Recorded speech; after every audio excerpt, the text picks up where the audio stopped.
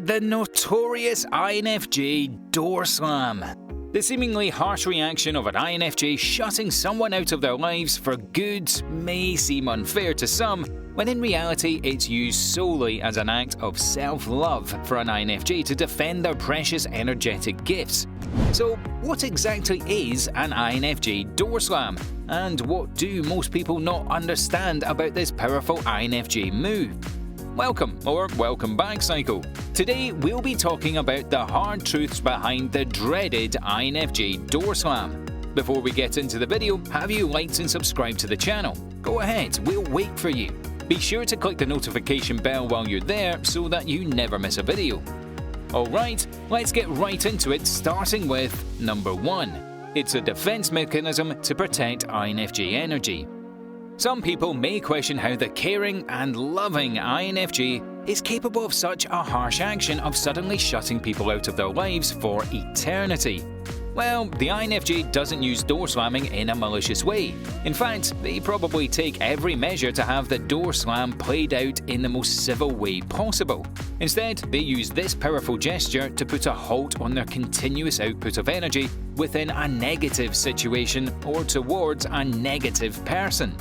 The empathetic and intuitive natural abilities of the INFJ cause them to attract all sorts of people who could use an empathetic hand, even the ones who technically don't deserve it. And sometimes this introverted personality type is too kind to set firm boundaries when stepping in to help.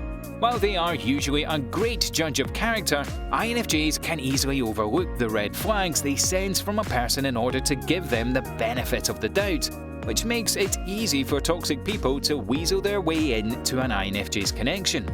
So, although they may not set their boundaries from the start, sooner or later, after a lot of inputted energy, they may feel it necessary to end the connection fair and square. Number 2. Abusive behaviour is the main culprit. While there are numerous different reasons why an INFJ may choose to follow through with a door slam, it all boils down to disrespect and abusive behaviour. Two things INFJs will never tolerate.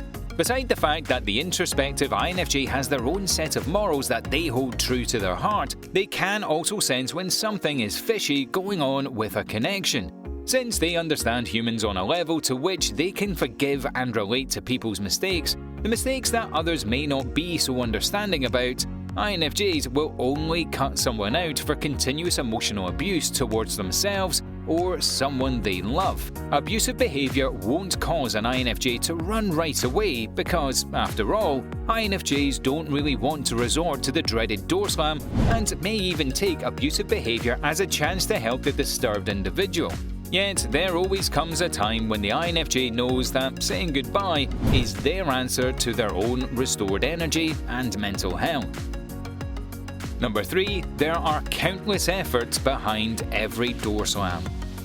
INFJs are sensitive, but they are also very understanding. So, although it may seem as if INFJs resort to door slamming to avoid having to deal with further conflict in the heat of the moment, that's not quite how door slamming works. If an INFJ resorts to door slamming someone out of their lives, you can be sure that there were countless attempts and efforts to rekindle the connection or solve the issue that's at hand. In fact, more often than not, INFJs give the benefit of the doubt towards a negative situation or person for much longer than it's due. So by the time the door slam rolls around, an INFJ has usually detached themselves from the emotion of cutting that person off because they have so much baggage to fuel the necessary door slam.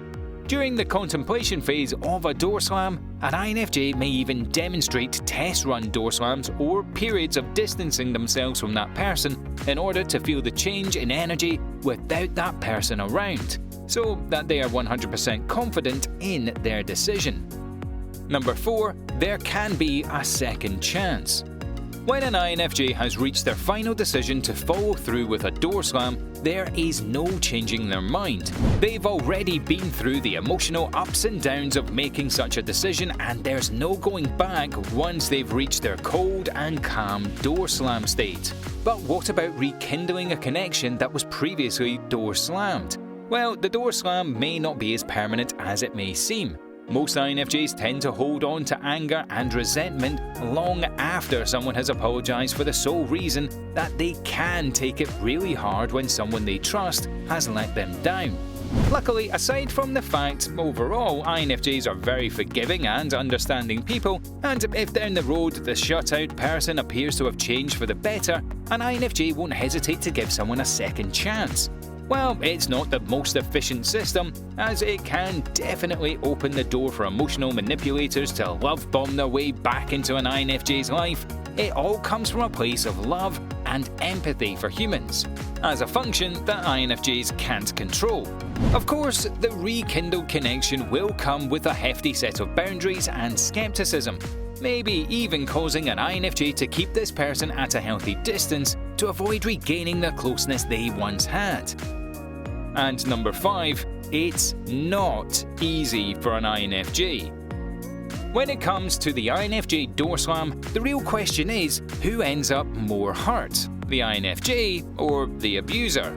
Well, while the abuser may be lost and hopeless because they lost their most valuable lifeline, an INFJ can take the situation personally. A true door slam takes a good amount of contemplation and numerous exhausting attempts at saving the relationship before finding the courage to really follow through. In fact, the process of leading up to a door slam usually takes months on end for an INFJ to mentally configure whether or not they should be pouring more energy into this situation or completely pulling every ounce of their effort out of it. The breaking point is usually when the INFJ realises that if they don't remove this person completely, they may be too upset to let go of them in the future, and this decision does not come lightly.